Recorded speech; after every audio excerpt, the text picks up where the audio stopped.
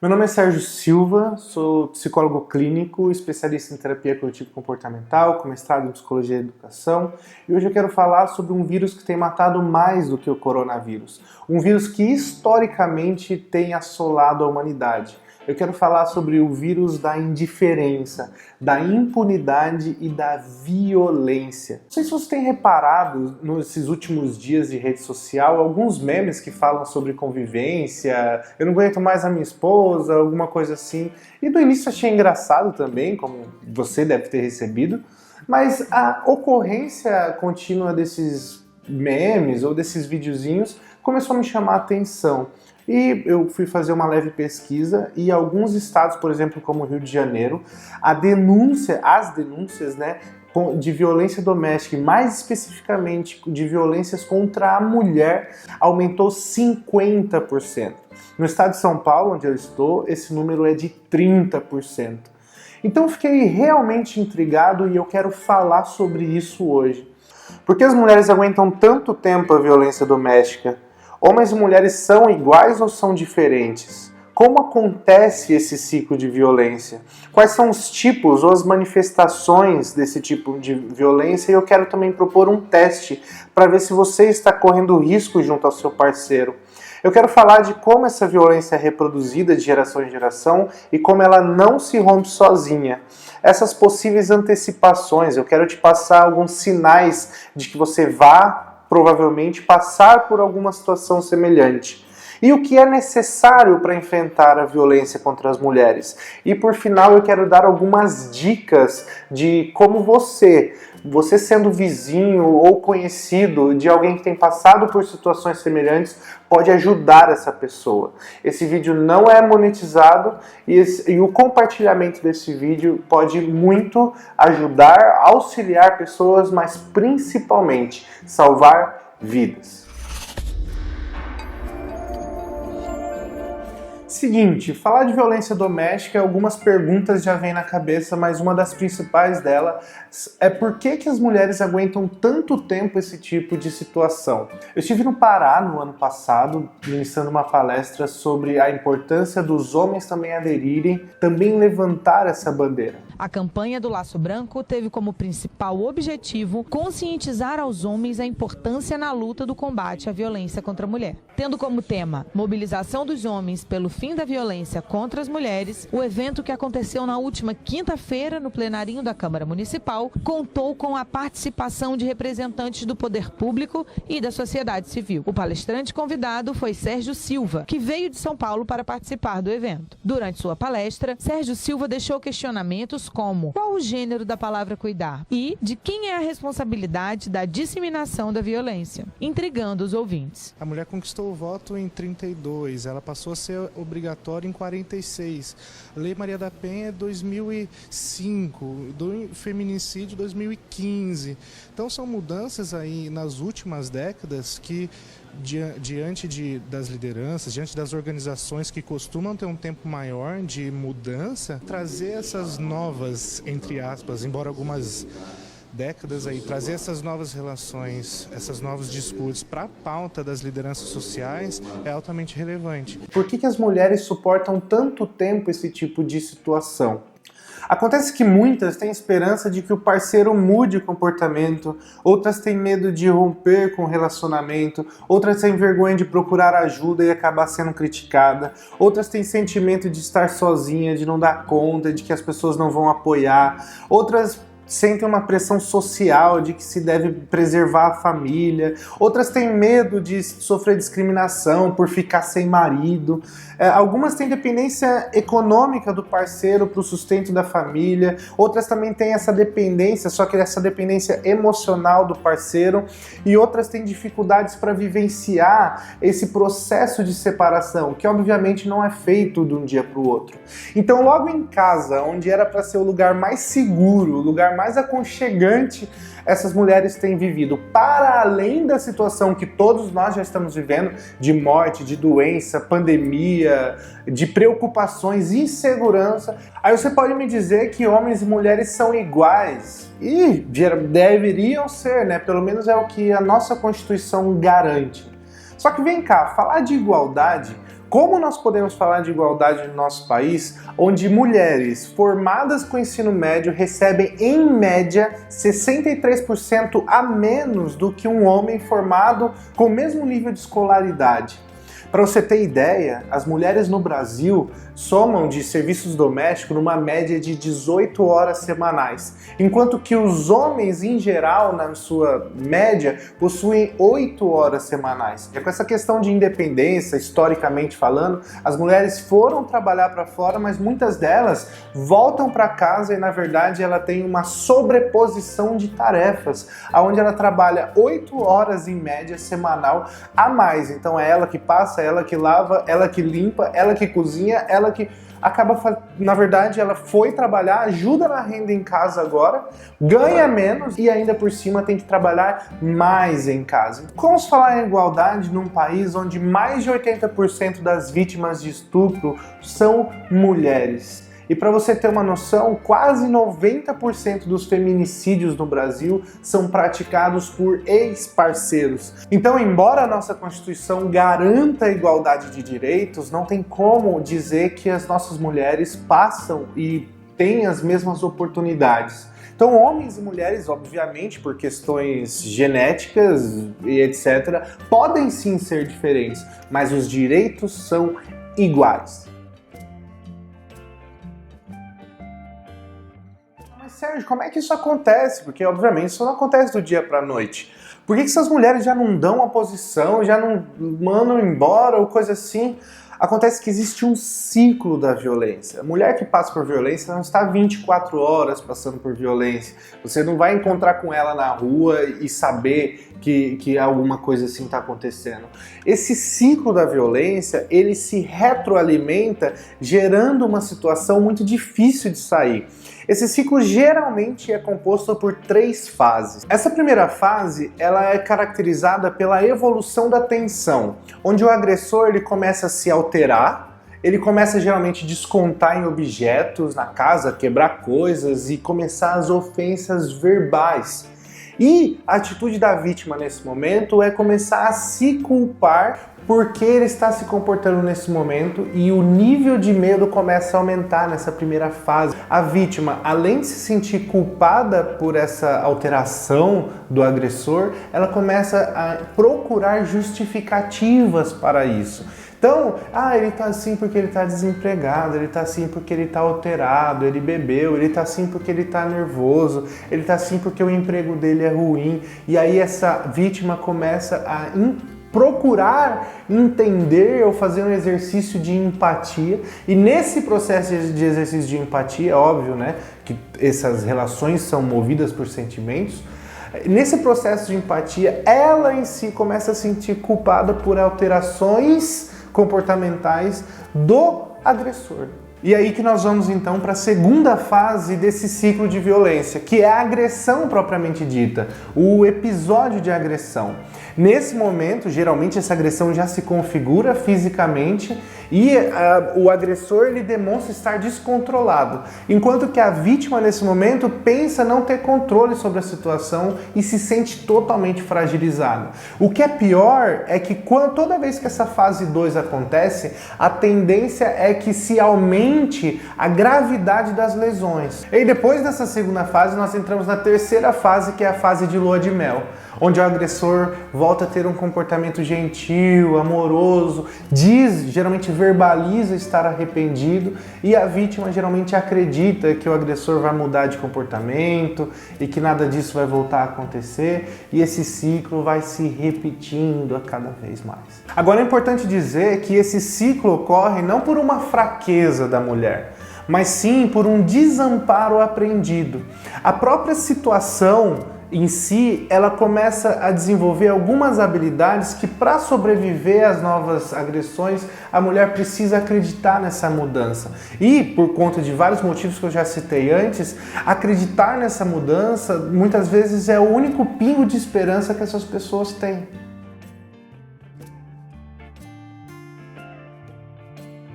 Agora é muito importante a gente saber também que essa violência contra a mulher ela não se caracteriza somente fisicamente, que já é até covardia pela discrepância de força entre os dois indivíduos. Mas essa também pode ser manifestada de forma psicológica, que são as humilhações, ridicularizações, começa a ameaçar, uma vigilância constante, às vezes perseguição, começa a fazer chantagem, também começa a fazer perseguição social, a evitar ou a proibir as pessoas de conviver. Então eu não quero que você mais tenha aquele seu amigo, eu não quero que você se veja mais aquela sua amiga, eu não gosto da sua mãe, então você não vai ver ela. Então é toda essa violência psicológica e, além de indicativo, também é considerado uma violência. Bem junto ali da violência psicológica vem a violência moral, que é onde se começam os xingamentos, as difamações, as calúnias. E aí então, você é doida, você é vadia, você é aquilo, você é aquilo. Então a violência psicológica e a violência moral caminha junto ali nesse ciclo vicioso. Essa violência moral ela pode também estar associada à violência patrimonial ou evoluir para a violência patrimonial,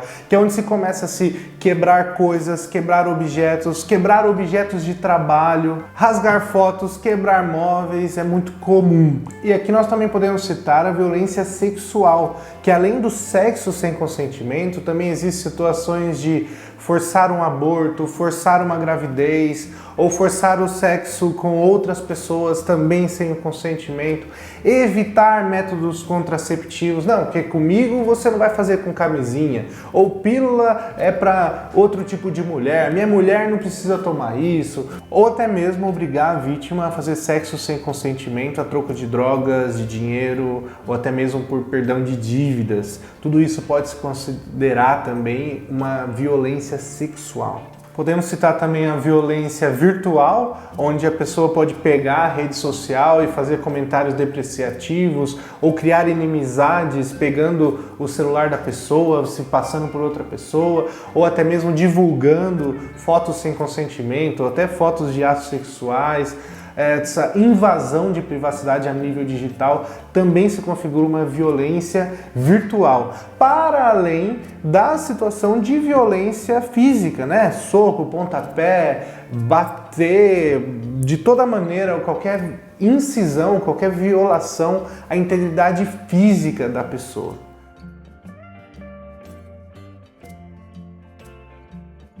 Então você vê que esse fenômeno é mais complexo do que parece. E aí você vai falar assim, mas Sérgio, como é que eu vou saber disso, que alguém está passando por isso? Quais os critérios que eu utilizo? Eu vou fazer um teste aqui com você, se você está ou não correndo risco de passar por esse tipo de situação, ou a pessoa que você conhece. Então, pausa o vídeo, pega caneta e papel ali e você vai ticar se sim ou se não, tá certo? Vamos lá. Ele controla o tipo de roupa que você usa? Se sim, tica, se não, tá certo? Vou correr aqui. Ele tenta te afastar de amigos, parentes ou vizinhos? Ou vizinhas, parentes, amigas? Ele diz que você não precisa trabalhar ou estudar?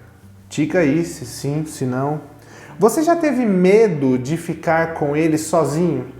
As brigas estão ficando mais frequentes e mais graves. Durante as brigas ele parece ficar sem controle. Ele destrói seus objetos, roupas, fotos, documentos, móveis ou seus instrumentos de trabalho.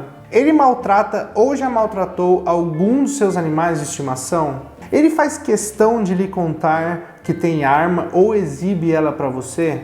Ele ameaça seus parentes e amigos. Ele tem envolvimento com criminosos e também te ameaça dizendo que alguém fará um serviço sujo por ele. Quando você tenta se separar, ele não aceita e fica lhe telefonando, fazendo escândalo na porta da sua casa ou do seu trabalho. Nas tentativas de término de relacionamento, ele lhe persegue e insiste em ter mais uma chance. Ele diz que você não for dele, não será de mais ninguém. Resultado: se você ticou sim em algumas dessas questões, você já está no rumo de um relacionamento abusivo. Todas essas listas são comportamentos não esperados de uma pessoa que respeita você, tá certo? Nossa, Sérgio, enquanto você falava, me vinham algumas pessoas na cabeça, me vinham algumas situações que eu vi ou vivenciei. Sim, tudo isso é violência.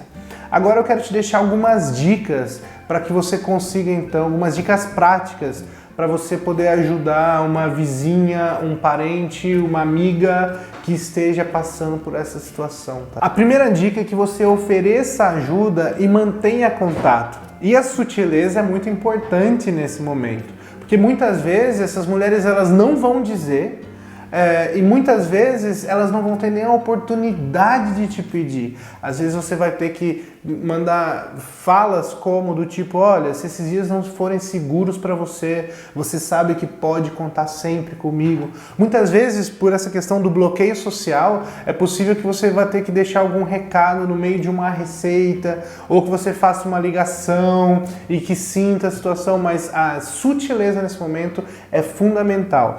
Mas o principal nesse momento é que você se demonstre disponível.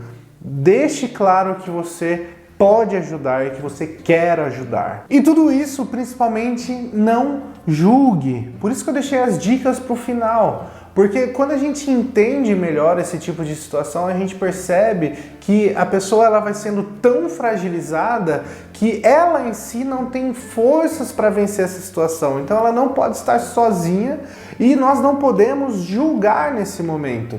É muito importante que toda ajuda seja oferecida sem julgamento. Até porque muitas vezes a vítima da violência, como eu disse lá no ciclo da violência, ela se sente culpada da agressão. Ela começa a acreditar de que, na verdade, ele ficou bravo porque ela queimou a comida. Mas por que ela tem que cozinhar? A gente sabe disso, mas ela acredita realmente que ela causou isso. E é muito comum esse discurso de culpabilização da vítima na sociedade. Ah, ela foi estuprada porque ela estava usando um shortinho. A gente sabe, mas olha a roupa que ela usa, eu não vou mexer.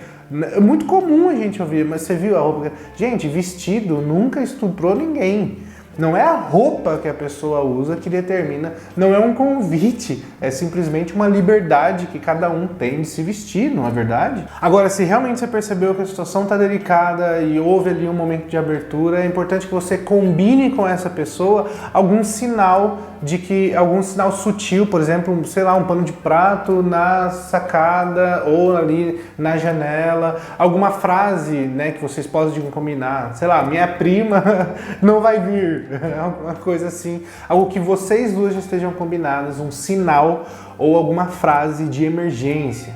Agora, se a violência extrapolou os seus sentidos, você está ouvindo o negócio acontecer, não existe essa questão de que uma briga de marido e mulher não mexe a colher. Você tem que denunciar, você vai ligar sim para a polícia, no primeiro momento que você ouvir. Agora, o que vai acontecer quando a polícia chegar é o trabalho da polícia, mas faça isso. É muito importante que o agressor saiba que tem pessoas ali do lado e que as pessoas também, senão você também vai entrar nesse ciclo de violência. Você também vai se sentir ameaçado, você também vai começar a sucumbir a essa questão do agressor. Você percebe como isso acontece? Até porque a violência doméstica, ela se alimenta no silêncio. E é muito importante te colocar nesse momento assim, de que você não precisa ver, você não precisa ter certeza. No caso, você vai ligar para a polícia em caso de dúvida, tá certo? Porque você não é investigador, você não é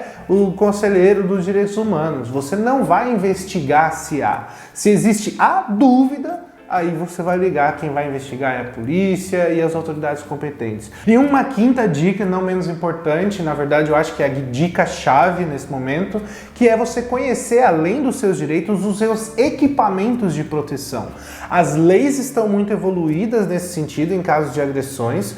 Você tem o Disque 100, você tem a Delegacia da Mulher, você tem o 190, existem várias maneiras de recorrer. A justiça está do seu lado e geralmente nesses casos costumam ser rápida. E não é à toa que a Lei Maria da Penha, que é a lei que regulamenta essas questões, ela é considerada por muitos a melhor lei do mundo, da história da humanidade. Isso prova de que você está no caminho certo. Se você me assistiu até agora, eu também vou deixar o meu WhatsApp. Caso você tenha alguma dúvida, eu estou totalmente à disposição também. Existem serviços direcionados. Nunca se cale diante da violência. Compartilhe esse vídeo não por mim, mas compartilhe esse vídeo porque realmente ele pode salvar vidas. Eu sei que esse vídeo ficou um pouco longo, mas a emergência é real. Eu sou Sérgio Silva, vou ficando por aqui. Para mais informações sobre tecnologia, psicologia ou ciência, saúde, educação, eu vou deixar meu site aqui, sergiosilva.net. Um grande abraço e a gente se vê até já!